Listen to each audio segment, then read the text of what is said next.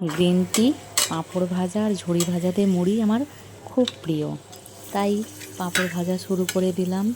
বিকালে কাদের কাদের এরকমই পাঁপড় ভাজা, চানাচুর দিয়ে মুড়ি চা খেতে ভালো লাগে বলো? আমার তো খুব খুব ভালো লাগে। মুড়ি আমার সবথেকে প্রিয় খাবার।